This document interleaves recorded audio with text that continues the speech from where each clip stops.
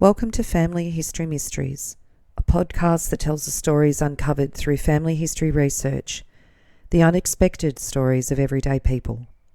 I am an avid family historian who has been compiling my family tree for over 15 years, with nearly 20,000 people recorded in my trees. Episode 18, Theo's Duty. This is part 2 of the episode on Theo, and again we have the very knowledgeable Rae Blair as my guest to uncover the information on the rest of the adventures that Theo got up to in his life. Please note there are some distressing details in this episode, so please proceed with caution. If you haven't already listened to the first part, please stop now and go back and listen to the first episode so this part makes sense to you. In our last episode, we left Theo and his family in Yorkton, the second settlement place selected in northern Van Diemen's Land. The family were living in a dwelling that had been constructed from local materials, and Theo just received a promotion to corporal. So whilst it was quite an upheaval for Anne and the family to sell up their farm and their land and sail to Van Diemen's Land, they were at least all together again. They were part of a community of 186 people, including 17 children. But things take a personal turn for Theo. On Christmas Day, 1805, during an altercation, Theo was wounded by being stabbed by a private John Franks. Franks was arrested, and records show that he was discharged at Yorkton for stabbing Corporal Theophilus Feutrill. And whilst I've seen records to support this, and it is a long-standing family story, I came across the publication Tasmanian Ancestry, which is published by the Tasmanian Family History Society, which listed a private Bates being stabbed by J. Franks on Christmas Day. So who knows which record is correct, but if it actually was Theo who was stabbed, it would have kept him off duty for a while, but at least it wasn't fatal. By the new year in 1806, despite all predictions, it was clear the livestock was not thriving in Yorkton. This would have been unsettling news for all. After an expedition, Lieutenant Governor Patterson made the decision to drive them south down to where the Tamar and North Esk rivers intersected. Theo and Joseph joined half of the regiment and some convicts to drive the 200 head of cattle to their new location. But before he left, Anne delivered another baby girl called Elizabeth, who survived. Theo and Joseph headed off to the new location, a place they initially called Tasmania before it was renamed to Launceston. And there would have been a ferry service between Georgetown, Yorkton and Launceston.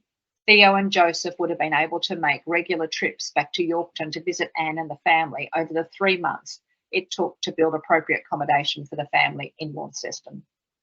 But on 16 June, disaster struck the settlements in northern Van Diemen's Land when the supply ship Venus was stolen by her crew when the captain went ashore.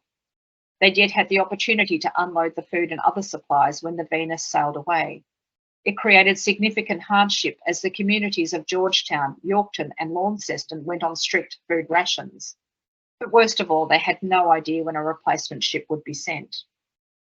Around this time, American whaling ships discovered that the Derwent River in the southern part of Van Diemen's Land near Hobart was a good spot for southern right whales, and a whaling station known as Trywork Point was established in 1804. Not only did the whale oil industry boom at this time, but the trade in seal skins was also lucrative. This brought whaling ships to the north of the island, which is how I expect word reached Launceston that a new governor, Governor Bligh, arrived in Sydney Cove to replace Governor King. With this news, Lieutenant Governor Patterson took his family back to Sydney. He stayed away from Launceston for 8 months. When he finally returned in April 1807, with food and supplies, he found the community in Launceston emaciated and in rags.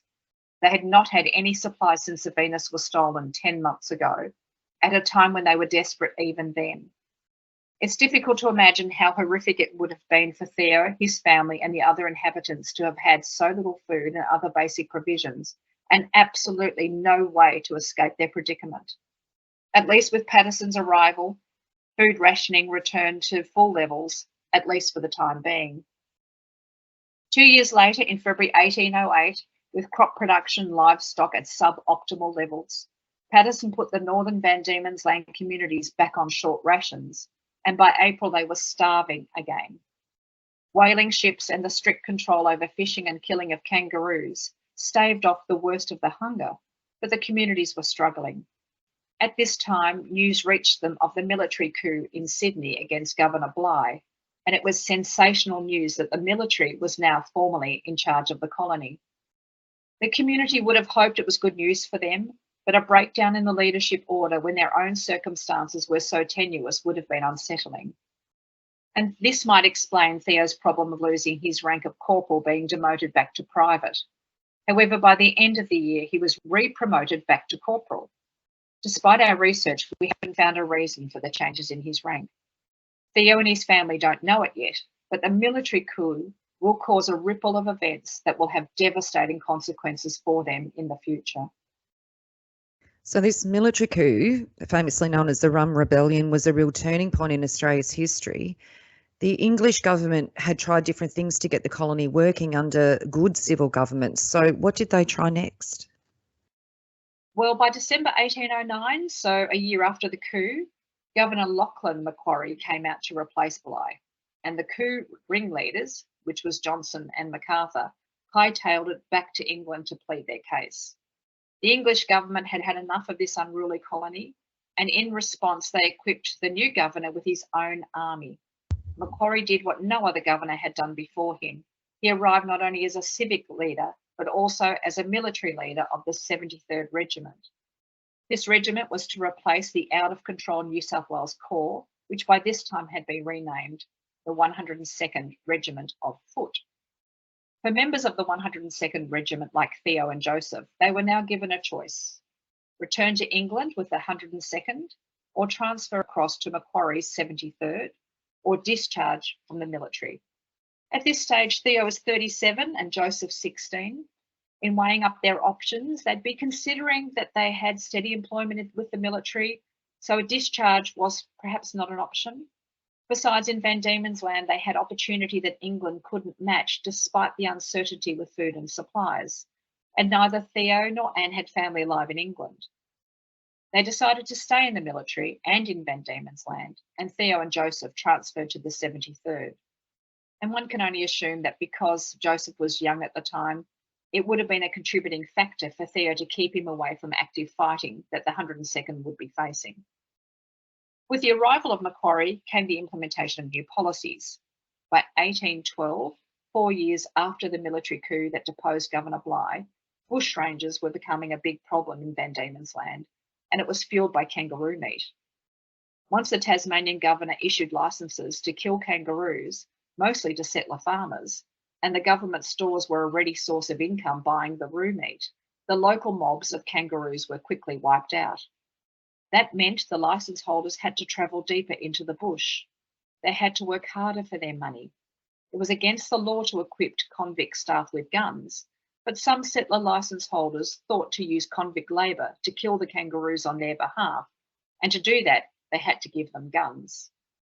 The smart convicts returned with the killed kangaroos, and rather than hand them over, as the settlers expected, the convicts made the settlers buy the meat from them. It's difficult to argue when you have your own gun pointed in your face. Bushrangers became a problem the government couldn't ignore. Macquarie was forced to issue an instruction that the government stores would no longer buy kangaroo meat, as it was fueling the illicit bush trade.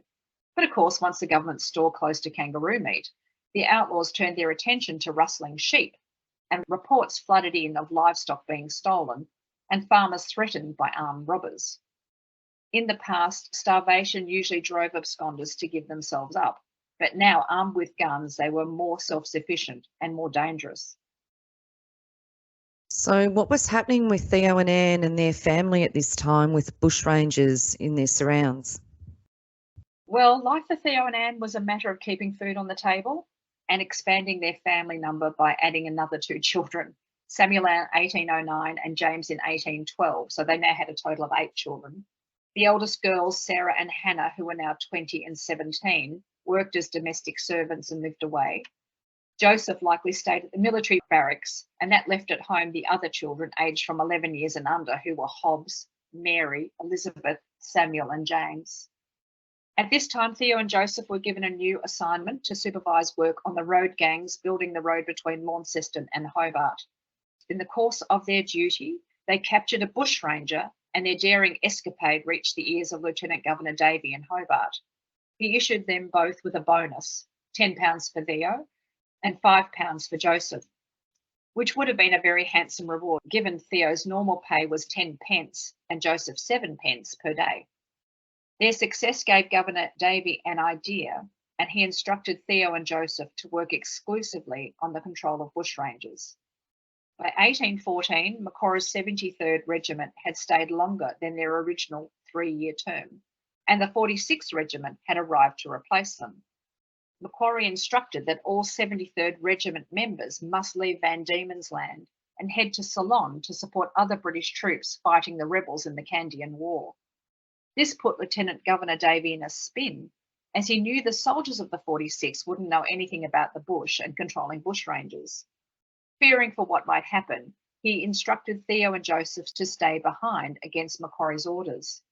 When the ship sailed away from Van Diemen's Land with the last of the members of the 73rd, Theo and Joseph were formally listed as deserters, but their salary continued to be paid.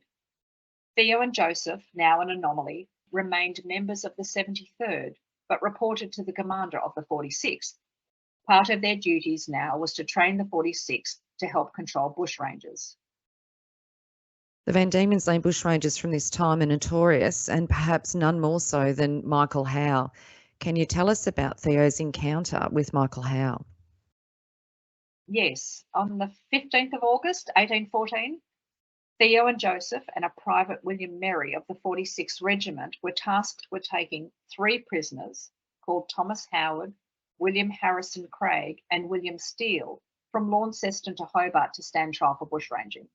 It was a distance of just over 200 kilometres and they would be walking. It was midwinter in Van Diemen's Land, so you can imagine the freezing conditions.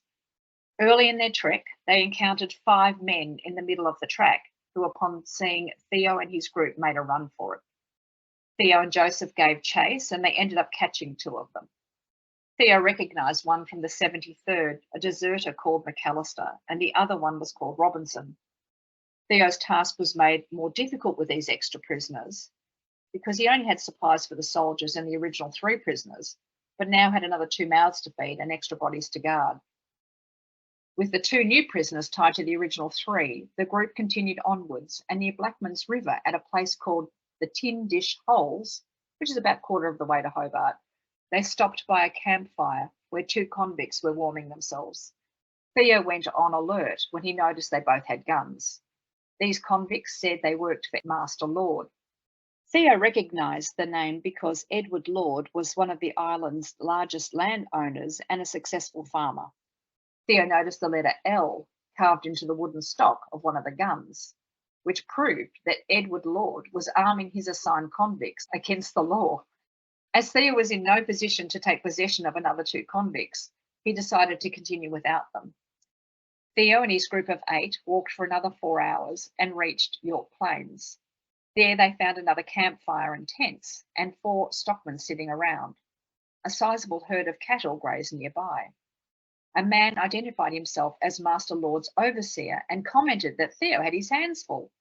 The overseer offered that he could leave the herd driving to his men and he could help Theo with getting the prisoners to Hobart. Theo was suspicious and declined. The overseer then said his men would do some hunting that day, so at least let him give them fresh meat. He asked Theo where was he planning on staying. Theo's food supplies were dwindling and he felt he had no option but to tell him where they planned to rest, which was at the Ovens Caves near Jericho. The overseer said he knew where that was. Theo and his group left the campsite and reached the Ovens Caves, but Theo was on high alert. They put the 5 prisoners deep into the cave, built a fire at the entrance, and the soldiers settled around it, taking shifts to keep watch. Their plan didn't work. They're woken with musket barrels pressed cold against their temples. "Lay still, you buggers, or we'll blow you to pieces," one of the intruders said. From family stories, it's possible that Joseph resisted and was beaten during this encounter. The leader of the intruders had a Yorkshire accent and was well dressed in a long navy overcoat, remarkable in its quality with pewter buttons, and he wore it over an animal skin jacket, the tan colour matching his hat.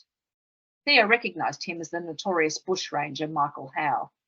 A few of the other intruders Theo recognised as bolters and deserters: James Geary, a deserter from the 73rd, same as McAllister, and Eli Begent and John Mills. Bushrangers freed prisoners from the cave, and Michael Howe offered them all to join him. All but William Harrison Craig agreed, but William Craig asked whether he could just travel with them for a while. The bushrangers took the soldiers' guns and ammunition and left them tied up. Eventually, Theo, Joseph, and William freed themselves and set off towards Hobart, but were surprised when William Craig met up with them. He had Theo's gun, which he returned to him, and Theo agreed for William Craig to travel with them to Hobart. 11 days later, in Hobart, Theo gave a deposition of the encounter to a bench of magistrates. And just a quick word on William Craig. For assisting the soldiers, he was pardoned his bushranging charge, and he continued his convict time in Hobart. William Harrison Craig was the son of a renowned court painter, and he and his wife began stealing when her father died and they ran into financial difficulty. He was a gentle, educated man who arrived in Sydney in 1812 and had arrived in Van Diemen's Land the year of his encounter with Theo in 1814.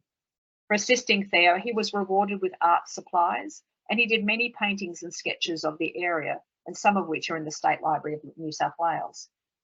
And a final word on Michael Howe.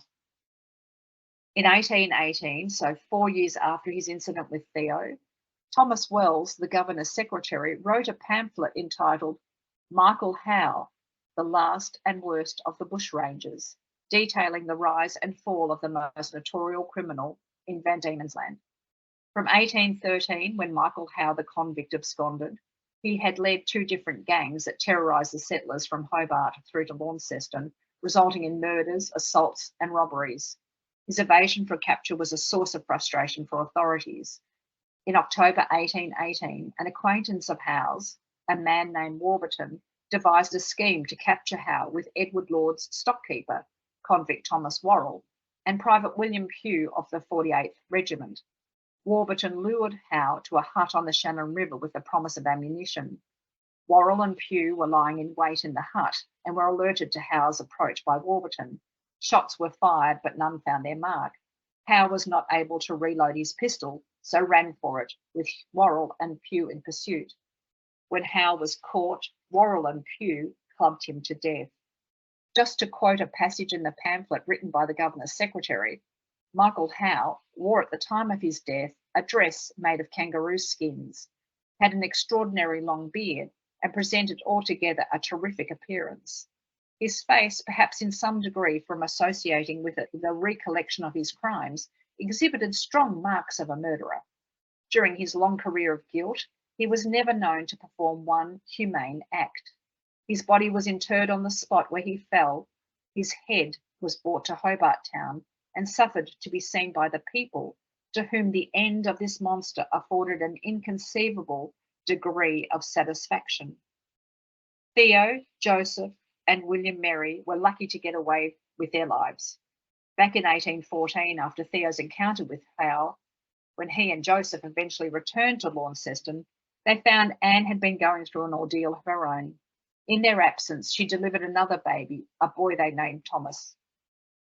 I can't imagine the horror of seeing Michael Howe's head on display like that in Hobart. I am impressed, however, with Anne's fortitude, but the situation is changing around her and the family once more. It will really test her resilience. Can you tell us what happens next?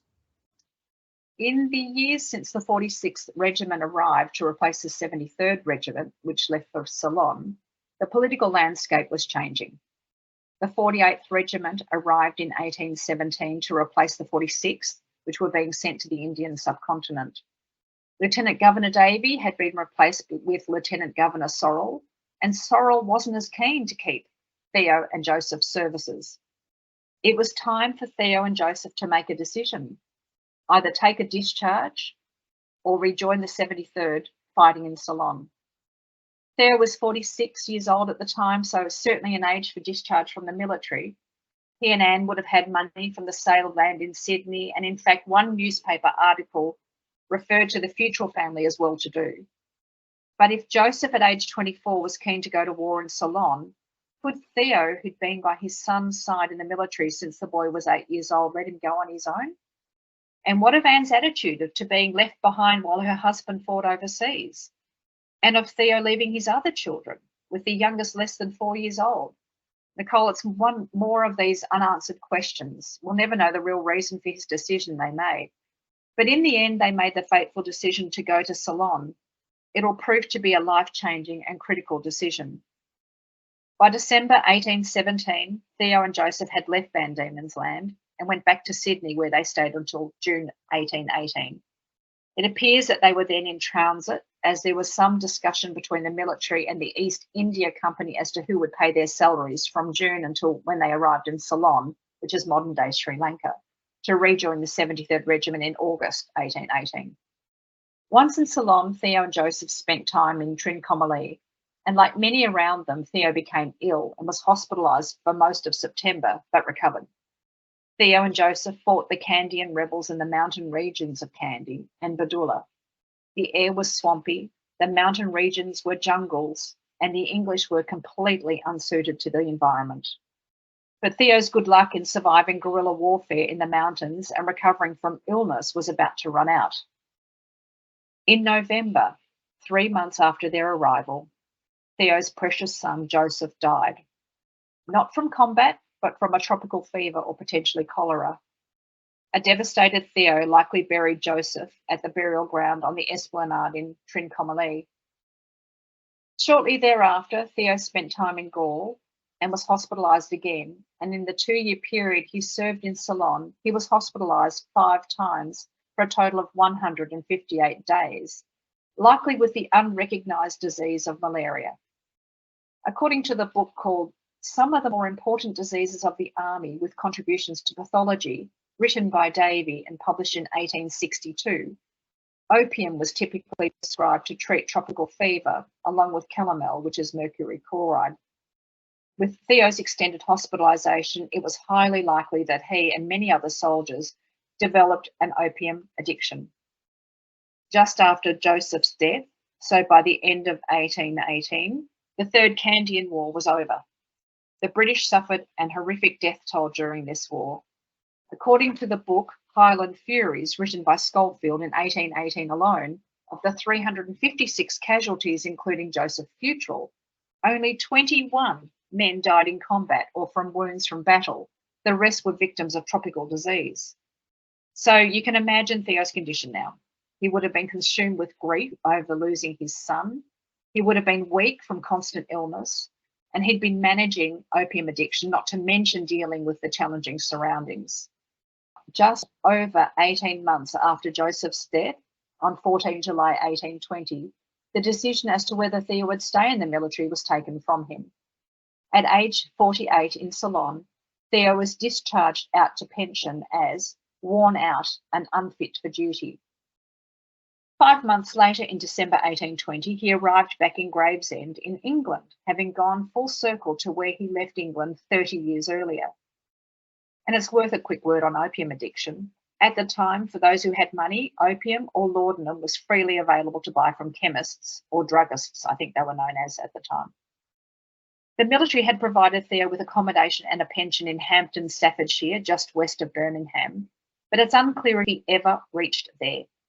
By May 1821, 4 months after he arrived in England, Theo had made his way to Hartlebury, a parish southwest of Birmingham. And just to put that location in perspective, it's 283 kilometres north of Gravesend, 32 kilometres south of his hometown in Bilston, and 22 kilometres south of Hampton. So he's sort of in the area near to his hometown and his military accommodation. In his pocket, there was a comb and a pension certificate, but no money. No money for food, shelter, or to support his opium addiction. He was seen wandering around Worsley Green, rambling to himself, before he was found after some days in a cowshed, no longer alive. Theo was 49. A coroner's inquest found he took his own life, quote, being insane, unquote. Theo was buried under a coroner's warrant on the 9th of May 1821 at St James Anglican Church, Hartlebury. It's a sad ending after everything he'd endured and achieved. And Nicole, we're left with the unanswered question as to why he didn't return to Van Diemen's Land, to Anne and his family. And I've attempted to answer that in my book more than I ever had, but we can never know for sure. Here was a man who virtually started off life as an orphan, travelled to the other side of the world as a member of the military, survived long episodes of famine, found love and suffered loss and created a family, and along the way contributed to the foundation of Sydney, Parramatta and Launceston. Theophilus Feutrill's descendants still live in Tasmania and Sydney, as well as other states of Australia and in other countries. I wonder what he'd make of it all. But what happened to his wife Anne and their children after Theo and Joseph left? Well, I just want to go back to the story I mentioned about the bushranger Michael Howe and that the authorities displayed his head in Hobart Town. The whole purpose of this gruesome display was an effort to discourage anyone else continuing the murder, terror and mayhem he and his gang wrought on the community. In 1818, the government considered Michael Howe as being the last and worst of the bushrangers. At the time, they could not conceive that a more evil bushranger could exist, but he did. And after Joseph and Theo left for Ceylon, the Feutrill family encountered this man with tragic consequences. But that's for the next episode. Wow, Rae, what an amazing story. You really brought Theo to life. I really appreciate your time. I'm amazed by the amount of research you've done and the story that you've told. Thank you, Rae. You're welcome, Nicole. It was a pleasure. Thanks. And don't forget you can have early access to episodes by subscribing, and you'll also gain access to bonus episodes. This 2-part episode on Theo will feature a bonus episode covering the next generation, so Theo's children. If you are interested in sharing your story on my podcast Family History Mysteries, please go to my Facebook page and send me a message. If you would like some assistance in filling in the gaps in your family tree to see what mysteries you solve, please get in touch.